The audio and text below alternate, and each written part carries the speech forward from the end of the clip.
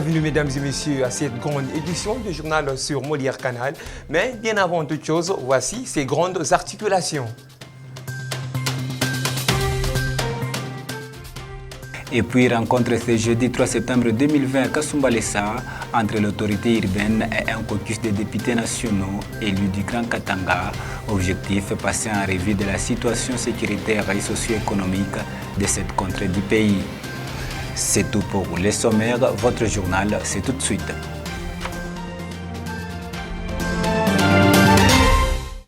Bienvenue une fois de plus, mesdames et messieurs, à cette grande édition du journal. Démarrons par cette actualité. Une délégation industrielle italienne a été reçue ce jeudi 3 septembre 2020 dans la capitale Kinshasa par le vice-ministre de l'Intérieur, Innocent Bokele. L'objectif de cette mission était d'annoncer au numéro 2 de l'Intérieur la production dans un futur proche de certains équipements d'appoint à la sécurité. Urbain Kabeyo nous fait le point.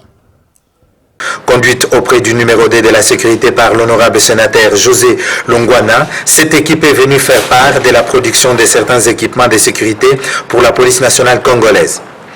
Monsieur Olivetti, qui est un industriel italien, qui produit des équipements de sécurité et qui est une entreprise de première qualité en Italie, qui a signé un accord avec le gouvernement congolais pour produire des équipements de police et de l'armée ici au Congo. Ces équipements, nous pouvons les produire ici et nous allons économiser non seulement les devises, mais les emplois seront congolais. Et en plus de ça, nous allons créer de la richesse.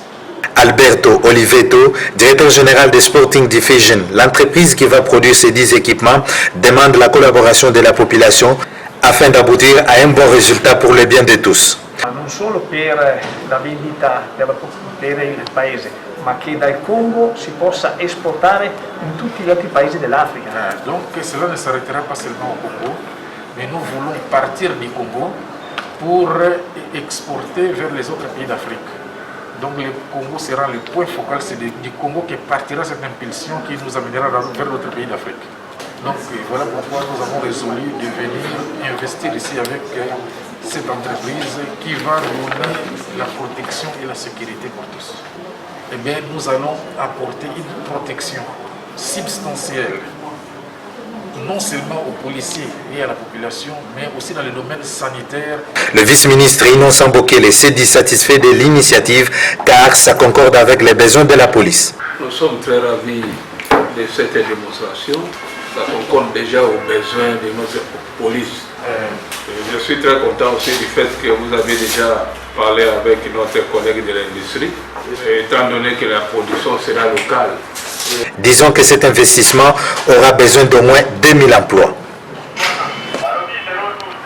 Que de réactions au sujet de la récente sortie médiatique de l'opposant congolais Martin Fayulu Madidi et de Théodore Ngoyi à Matadi, chef-lieu de la province du Congo central.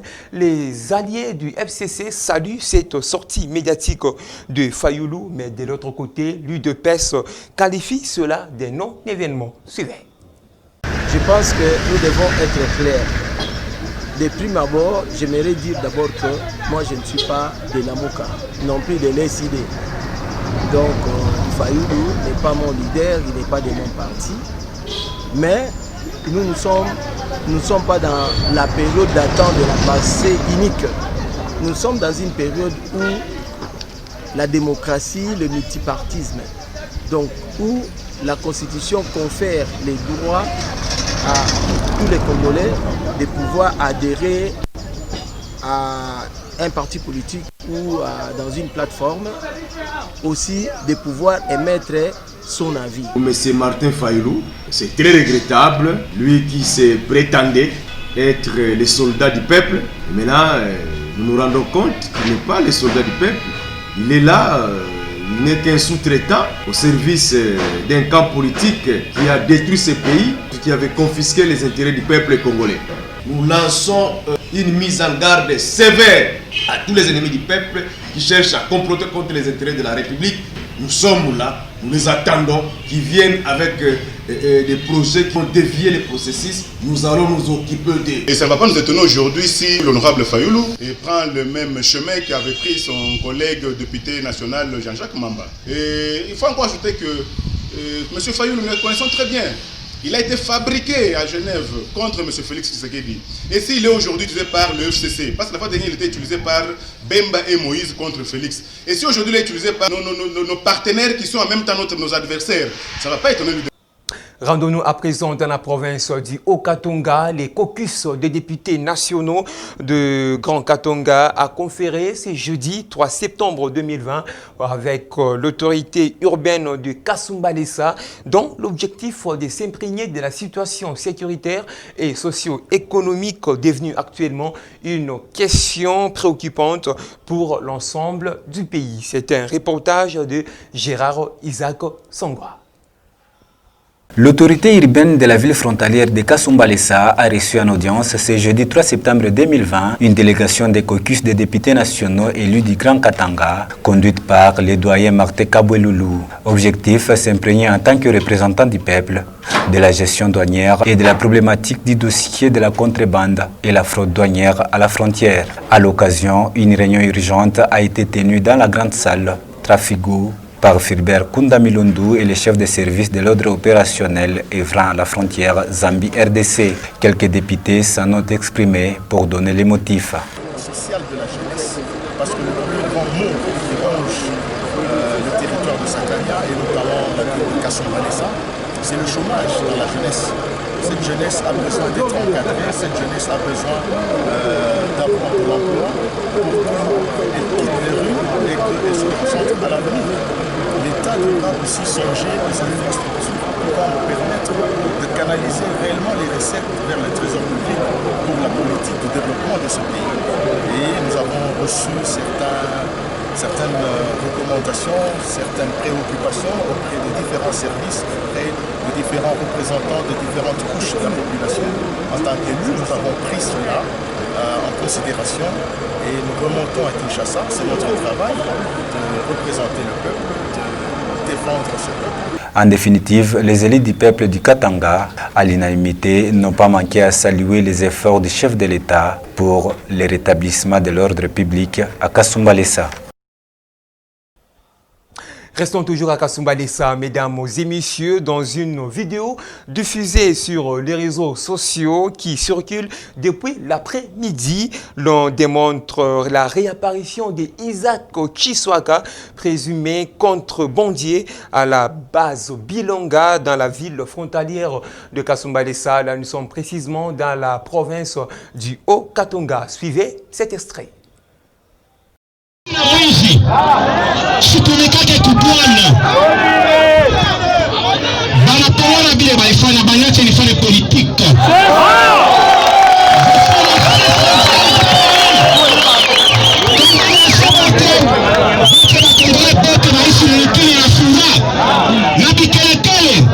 leo bakongole ba membre ya IDPS, c'est une honte et une désolation pour l'IDPS parce qu'après que IDPS a été pendant 37 ans bamambre ya IDPS leo bengine banakufa mukasho, bengine banavunja mukasho, abana na maswe bamingi beko mpori, abana na vyakula, abana na vyakunywa, abana na mangua, mais bale unaiba beko tranquille.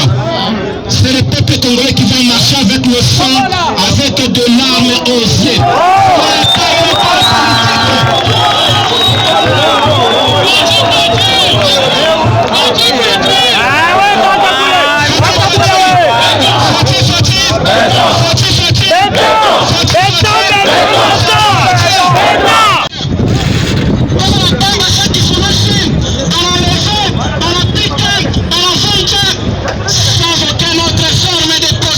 Cela n'est pas l'état de droit, cela n'est pas la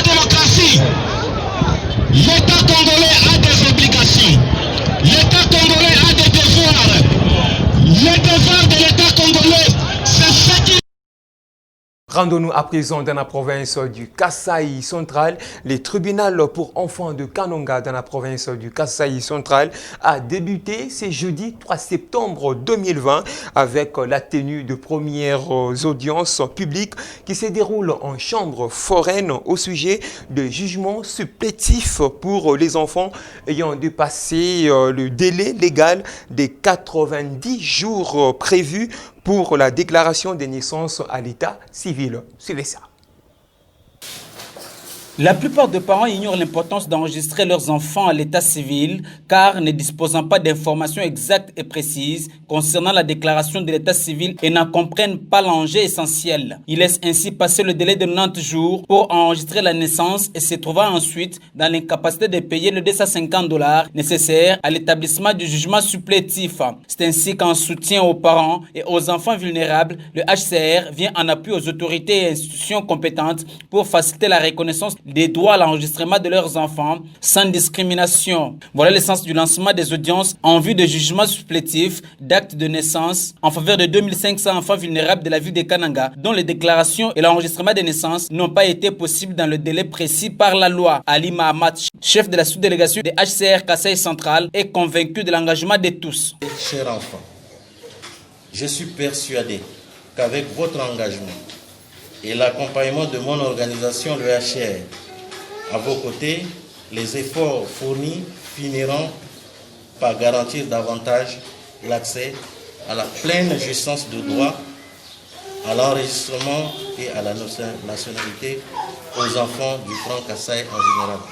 La ministre provinciale de Famille et Enfants présente à cette activité a salué l'appui et l'initiative de l'UNHCR. Voilà pourquoi je me fais l'honneur, au nom de toute notre population, de remercier très sincèrement la sous-délégation de HCR Kananga pour cette initiative. Signalons que plus de 10 000 enfants sont attendus sur toute l'étendue du Kasaï central. Pour matérialiser son plan opérationnel de recensement en République démocratique du Congo, dont le fichier général devrait être disponible au plus tard en décembre 2022, l'Office national d'identification de la population envisage obtenir 3 500 millions de dollars américains pour finaliser cette étude démographique qui ne semble pas convaincre certains activistes de droits de l'homme. Gérard Isaac Sangwa nous fait le point. L'Office national d'identification de la population a dévoilé le mardi 1er septembre 2020 dernier son plan en ce qui concerne le recensement général de la population qui devrait se clôturer avant les élections prévues en 2023. L'ambition est de procéder à un recensement général de la population, l'acte patriotique tant attendu dans la société congolaise. L'ONIP envisage d'obtenir 350 millions de dollars pour matérialiser son plan opérationnel, dont les fichiers généraux devraient être disponibles au plus tard en décembre 2022. Approché, un activiste des droits de l'homme qualifie la démarche d'une stratégie totalement voilée pour retarder les rendez-vous électoraux en 2023. L'erreur qu'il faudrait corriger aujourd'hui, c'est que les élections doivent avoir lieu impérativement en 2023 et les élections ne doivent pas être conditionnées par la fin du recensement. Parce qu'on sait que le recensement pour un pays comme la République démocratique du Congo ne prendrait pas moins de 3 ans. Ça, c'est plus ou moins établi. Le recensement pour une population d'un pays assez vaste comme la République démocratique du Congo, avec des difficultés d'accès dans certaines contrées, dans les villes, dans les villages, et dans certaines cités, il est évident que cela va prendre encore un peu de temps. Mais ça ne doit pas être un obstacle pour ne pas tenir les élections. Parce que, je l'ai dit ici, les recensements portent sur l'ensemble de la population. Donc, même les bébés, les enfants d'un jour, ils doivent être recensés. Par contre, les élections concernent les personnes en âge de voter. Pour rappel, le dernier recensement au pays remonte à 1984, sous le régime Mobutu. Signalé le mercredi 10 septembre 2020 dernier à Kanonda, dans le haut plateau du territoire de Fizi. Là, nous sommes directement dans la province du Sud Kivu, entre les deux groupes armés, à savoir les Ngomino et Yakutumba, ne sont pas approuvés par la société civile locale qui interpelle également l'État congolais pour sa passivité face à ces forces négatives toujours actives dans l'Est du pays. Suivez cet extrait choisi pour vous. Par rapport à cette question des groupes d'armées, ce n'est pas aujourd'hui qu'on l'a traité. On l'a toujours traité. Mais c'est une question qui nous met mal à l'aise. Pourquoi? Parce que les populations civiles, chaque fois qu'il y a des guerres entre les groupes loyalistes et les forces armées négatives, ce sont les populations qui se déplacent du milieu X vers le milieu Y. Et donc pour nous, c'est avec des conséquences notables. Voyez-vous, il y a non seulement les déplacés internes, mais aussi les maisons sont calcinées, les gens sont tués.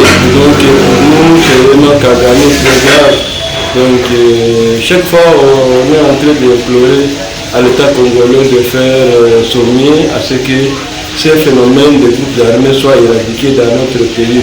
Donc l'idée, c'est pas le jour et la nuit. Donc là, ça pose problème. Donc vous voyez que la question de ces deux parties, c'est vraiment un élément amplificateur du conflit qu'il y a toujours entre les communautés Babembe et Obanyamulenge. Et là, on est en train aussi d'associer même d'autres tribus, notamment Bafulero, Bavira, les Mindu. Donc ça a pris une tournure qui n'est pas à négliger. L'État congolais devrait s'y impliquer pour trouver une solution durable. Voilà notre déclaration, monsieur le journaliste. À l'occasion de son 12e anniversaire comme directeur général de l'ISTEM Kikwit, le professeur Manses Damoussa, qui pilote également l'université de cette ville, retrace son bilan au sein de ces deux établissements d'enseignement supérieur en dépit de quelques obstacles constatés. Suivez ce reportage. Parlons des projets déjà réalisés et essais à réaliser du recteur de l'université de Kikwit. Le professeur Dr Massens Damoussa a dans son actif construit bon nombre de bâtiments de l'ISTEM pendant son règne de 12 ans dans cette institution. Il ne manque pas à remercier le fait gouverneur de Bandundu, Marc Kachunga, ainsi que le parent d'étudiants. La première personne qui nous a aidés, c'est le fait gouverneur Kachunga. Il m'a pris comme son fils. Quand j'ai demandé le terrain pour qu'on puisse délocaliser les structures de l'ISTEM Kikwit. D'autres remerciements vont droit au fait ministre de l'ESU, Macha Komamba, qui l'avait toujours incité à faire de l'ISTEM Kikwit un site digne de soi. Professeur Machak, alors ministre de l'enseignement supérieur universitaire, il avait demandé à ce que je ne puisse pas être bougé pour que je puisse réaliser ce que j'avais en tête.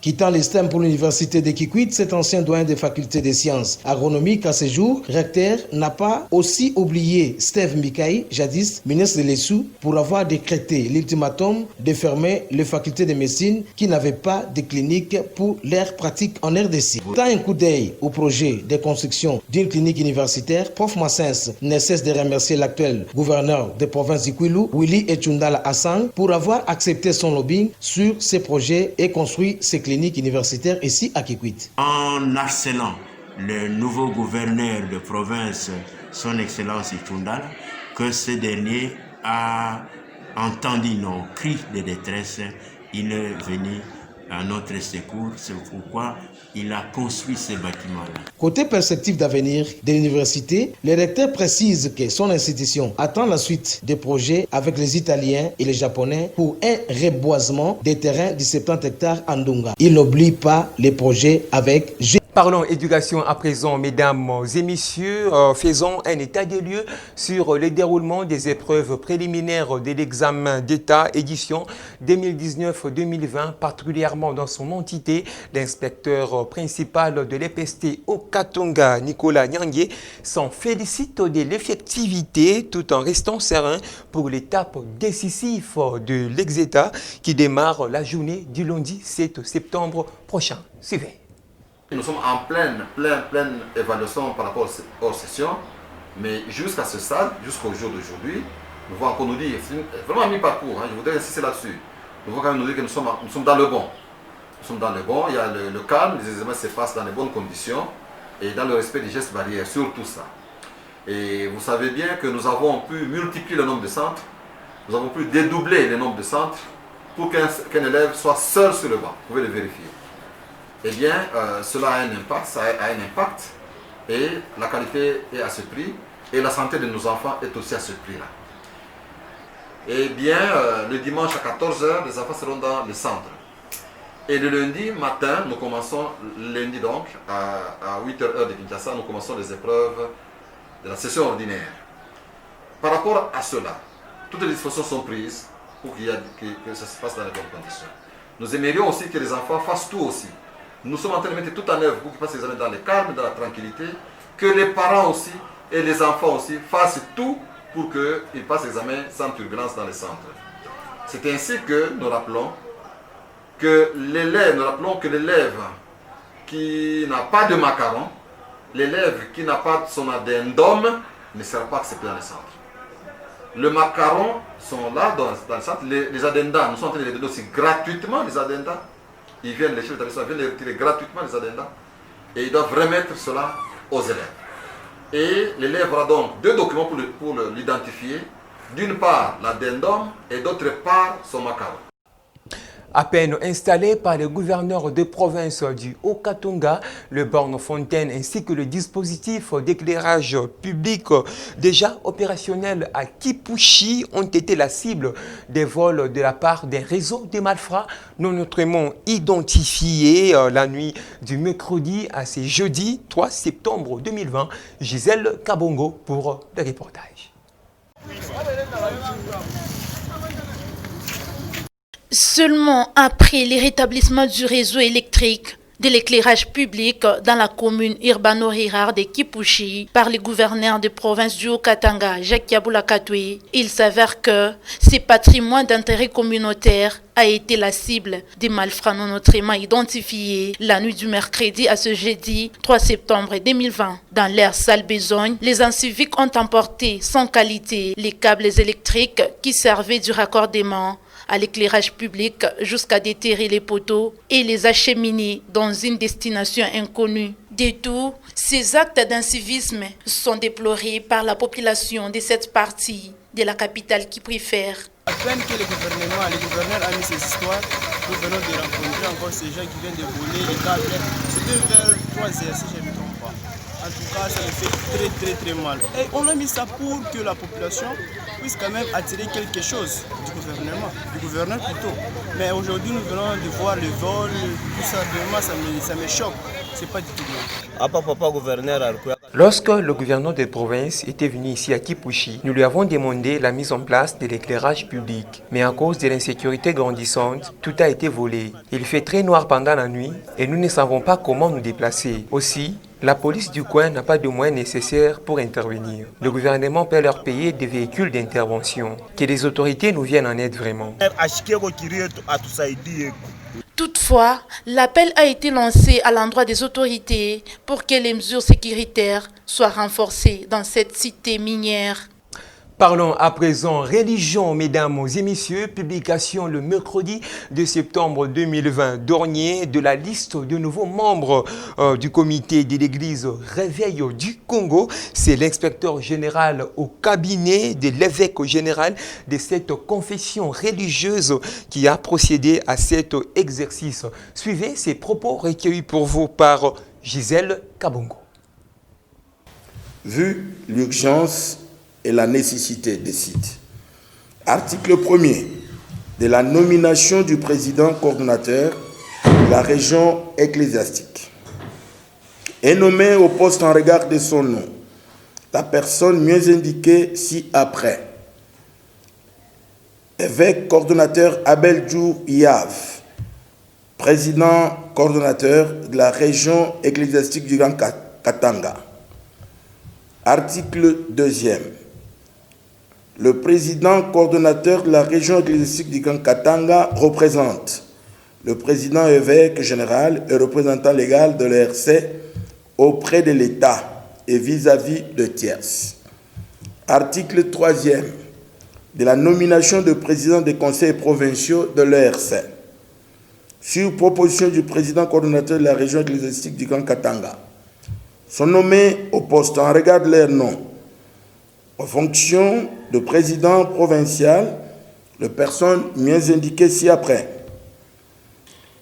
Apôtre Christian Numbinkulu, nommé président du conseil provincial de l'ERC au Katanga. Apôtre Barthélemy Kassungi Mbuyu, président du conseil provincial de l'ERC Lualaba. Apôtre Luamba Beya Daniel, président du conseil provincial de l'ERC Tanganyika. Cette décision abroge les dispositions antérieures contraires à la présente et entre en vigueur à la date de sa signature. Fait à Kinshasa le 2 septembre 2020. Sonic Kafuta Ropman, président évêque général et représentant légal. Je vous remercie. Page noire avant de clore cette édition de journal décédé depuis le samedi 29 août 2020 dernier. Finalement, c'est ce jeudi 3 septembre 2020 que le feu Fortuna Chimba Muteba était inhumé au cimetière Rivière des Anges de Kasangiri à Lubumbashi. Suivez ce reportage. L'on ne reverrait plus ces grands hommes de médias, Fortuna Chimba Muteba, les professionnels du micro et de la plume qui s'est éteint depuis le samedi dernier aux cliniques universitaires de Lubumbashi. Et c'est ce jeudi 3 septembre 2020 qu'il a été conduit à sa dernière demeure au cimetière Rivière des Anges à Kasangiri. Tout a commencé par l'étape de la levée du corps à la morgue des cliniques universitaires, puis il s'en est suivi son exposition au bâtiment du 30 juin en présence du gouverneur de province du Haut-Katanga, mais aussi des honorables députés et bien d'autres autorités politico-administratives, y compris les professionnels de médias provenant des autres provinces et ceux du Haut-Katanga. Pendant cette cérémonie des obsèques de derniers hommages, quelques témoignages et mots d'adieu ont été prononcés à l'égard de l'illustre disparu. Baobab qui couvrait tout le monde de son ombre, une boussole qui indiquait à la famille la voie à suivre. La culture à la personne de feu directeur provincial de l'ACP Katanga, Fortuna Chimba Muteba, que de peine, d'émotion, que de remords, que de larmes chaudes sur le visage de tous ceux qui l'ont connu. Après la messe, les cortèges funèbres s'est dirigé vers le cimetière des Anges à Kasangiri où reposera à jamais ces grands baobabs de la presse du Katanga. Eh bien, mesdames et messieurs, c'est par cette note douloureuse que nous mettons un point final à cette grande édition du journal sur les antennes de Molière Canal. Je vous fixe un rendez-vous prochainement avec le même et le réel plaisir.